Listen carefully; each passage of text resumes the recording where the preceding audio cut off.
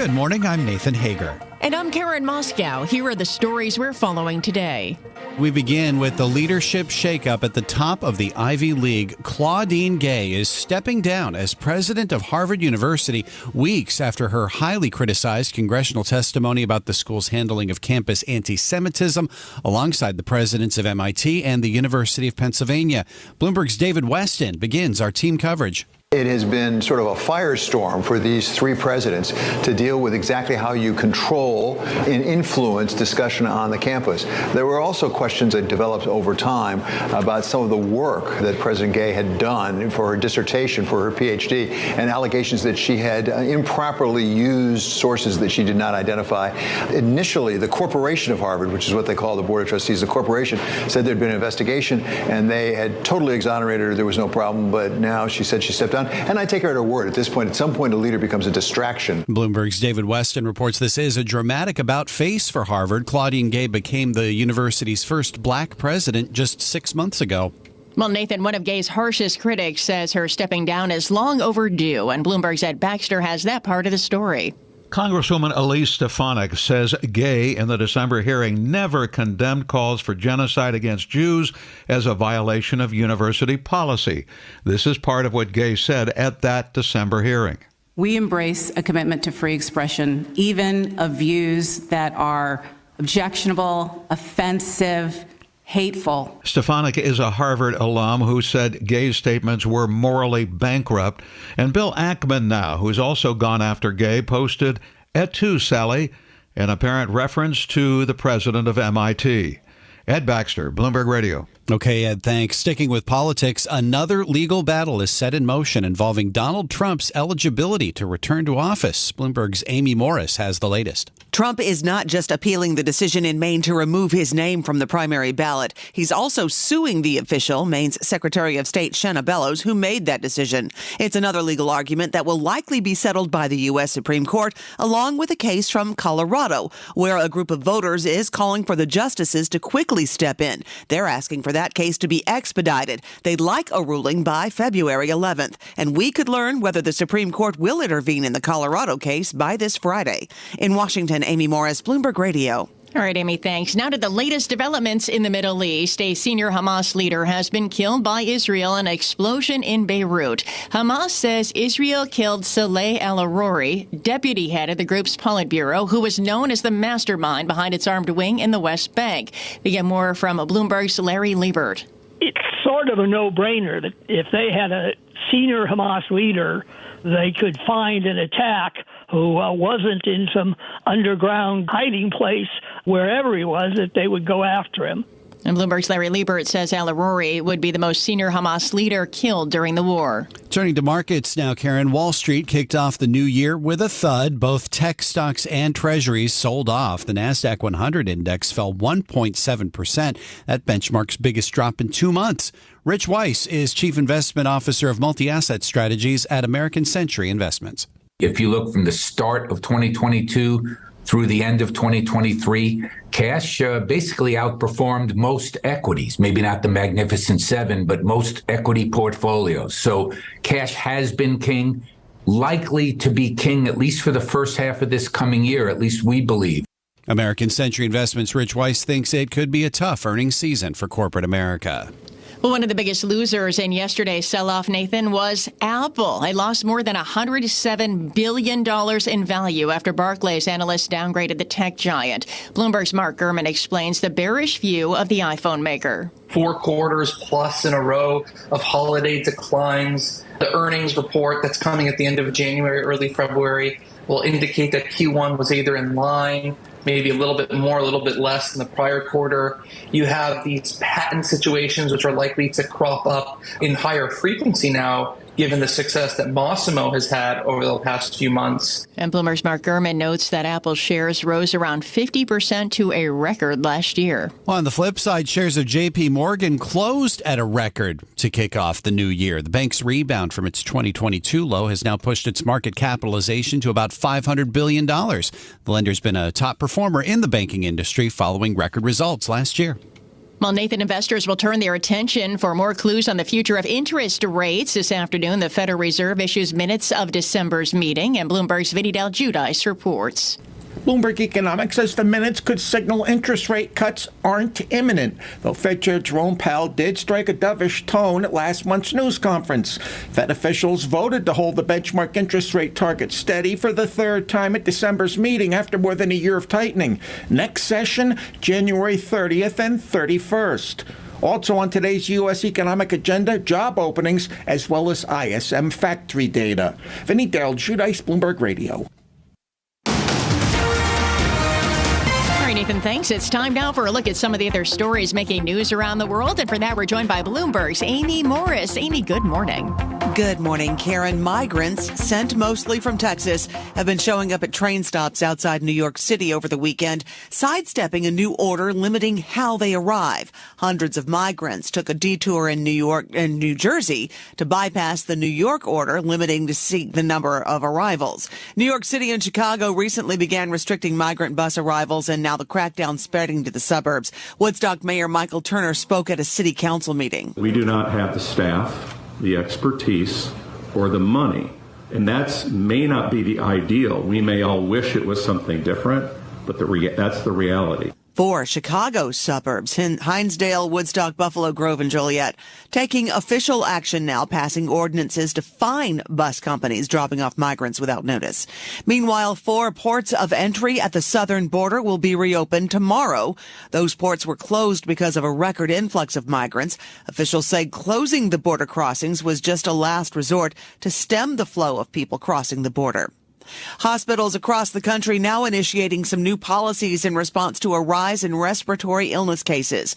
More emergency room visits because of flu, COVID, and RSV, prompting some hospitals to require prior authorization for visitors younger than 12 years old. Duke Health infectious disease specialist Dr. Cameron Wolf says for the most part, people understand. That's never an easy decision. Like, people want to be able to come and visit their loved ones in a hospital. But I think in general, people understand. The CDC says more than half the country is experiencing a rise in COVID, flu, and RSV cases. Hospitals in at least 10 states and Washington, D.C. have now reinstated mask mandates.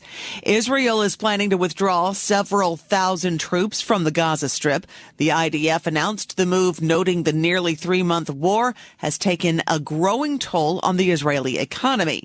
The United Nations says more than 85% of Gaza's residents have been displaced from their homes, and the fighting has left more than 20,000 people dead. And a messy winter storm is headed for the East Coast this weekend. Forecasters are expecting measurable snow from Washington, D.C. to New York and rain showers down south. Global news 24 hours a day and whenever you want it with Bloomberg News Now. I'm Amy Morris, and this is Bloomberg. Karen. All right, Amy, thank you. Well, as Amy said, we do bring you news throughout the day here on Bloomberg Radio, but now you can get the latest news on demand, and that means whenever you want it. You just subscribe to Bloomberg News Now. You can get the latest headlines right at the click of a button. Get informed on your schedule. You can listen and subscribe to Bloomberg News Now on the Bloomberg Business app, Bloomberg.com, plus Apple, Spotify, and anywhere else you get your podcasts. Time now for the Bloomberg Sports Update. Here's John Stashower. John. Karen, just 2 years ago, the Oklahoma City Thunder lost 58 games. This year, they might end up winning 58. Fifth straight win for OKC, now 23-9 on the season. They beat the league-leading Celtics 127-123. Shai Gilgeous-Alexander's been on a scoring tear. He went for 36 points. Kristaps Porzingis led Boston with 34. Jason Tatum scored 30, but Jaylen Brown shot only 4 of 18. 36 points for Steph Curry as Golden State beat Orlando 121-115. Terry Rozier scored 34. Charlotte with a win at Sacramento. Ja Morant, 26 points, 10 assists. Memphis down San Antonio. And Joel Embiid, 31 points at a triple-double. Easy win for Philadelphia over Chicago. The Sixers were up by 25 in the first quarter. New Orleans had a 25-point lead at halftime. Pelicans rolled to an easy win over the Brooklyn Nets. Purdue, number 1 in college basketball, and now 13-1. Boilermakers with a Big Ten win at Maryland, 67-53. ACC, Duke rolled past Syracuse 86-66. Big East, UConn, an easy win over DePaul, 85-56. College football's national championship game Monday in Houston, and Michigan is a 4.5-point favorite to beat Washington. Both teams are undefeated, but Washington has only had one win by 10 or more points since September. They may not have running back Dylan Johnson. He got carted off late in that semifinal win over Texas. John Stanshauer, Bloomberg Sports. From coast to coast, from New York to San Francisco, Boston to Washington, D.C., nationwide on SiriusXM, the Bloomberg Business app, and Bloomberg.com. This is Bloomberg Daybreak. Good morning. I'm Nathan Hager. Washington may have just flexed its muscles with the Ivy Leagues now that Claudine Gay is stepping down as president of Harvard University. It comes weeks after widely criticized testimony about her handling of anti-Semitism on campus alongside the presidents of MIT and Penn, along with new questions specifically about Claudine Gay's academic record, some of her past dissertations. Meanwhile, with less than 2 weeks until voting begins in the Republican presidential race, former President Donald Trump is fighting to stay on a second state's primary ballot after Maine kicked him off over his actions on January 6, 2021. Lots of political news to discuss this morning, and here to do that with us is Greg Valliere, Chief U.S. Policy Strategist at AGF Investments. Greg, good morning. First, I want to get your reaction to the sudden departure of Claudine Gay as Harvard University. She just became Harvard's first black president in July. Now, apparently, after this widely panned congressional testimony and the mounting political and donor pressure, she's out. I mean, what does that say about Washington's influence over higher education? Well, there is influence, Nathan. Good morning. But I think a bigger factor may have been the donors.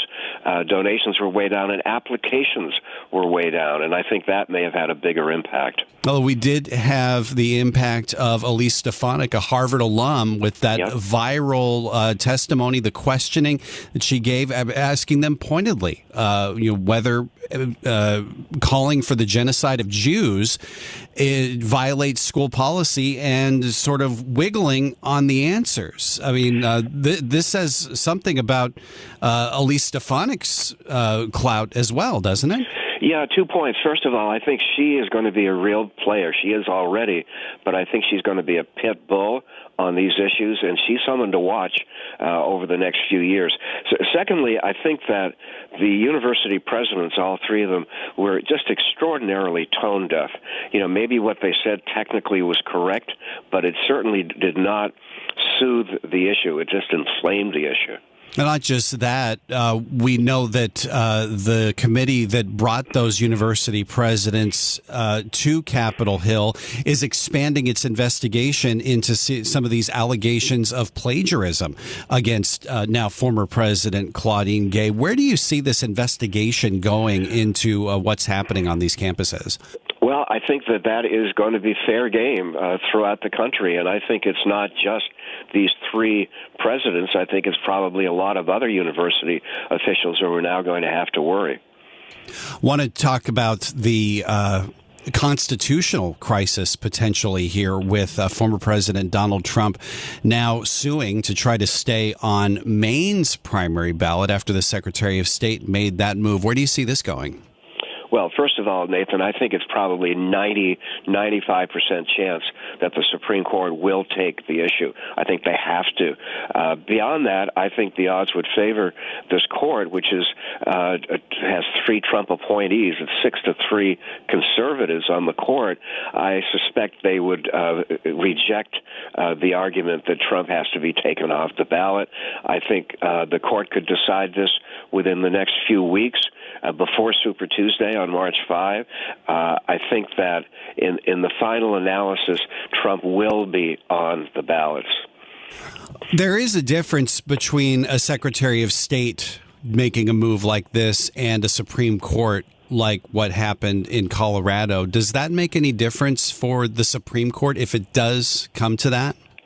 It could, and there will be lots of issues debated, but I think the main one is, can you quickly prove that Trump supported an insurrection. I mean, that's a case that could take years, certainly many, many months, and we don't have that kind of time with an election coming up. So barring any definitive ruling on the January 6th insurrection, I just don't see this going anywhere. Well, that being said, why do you think the Supreme Court would make a decision quickly if, as you say, it would take a substantial amount of time before the Supreme Court to determine whether former President Trump did indeed commit insurrection?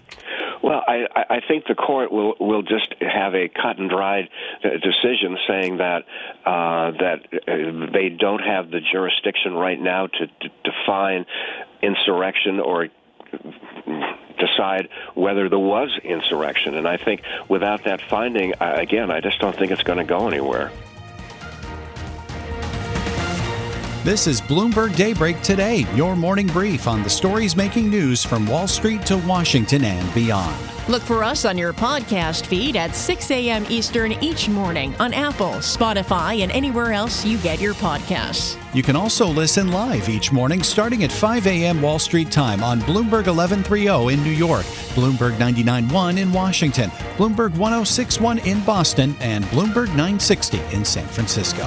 Our flagship New York station is also available on your Amazon Alexa devices. Just say, Alexa, play Bloomberg 1130. Plus, listen coast to coast on the Bloomberg Business app, SiriusXM, the iHeartRadio app, and on Bloomberg.com. I'm Nathan Hager. And I'm Karen Moscow. Join us again tomorrow morning for all the news you need to start your day right here on Bloomberg Daybreak.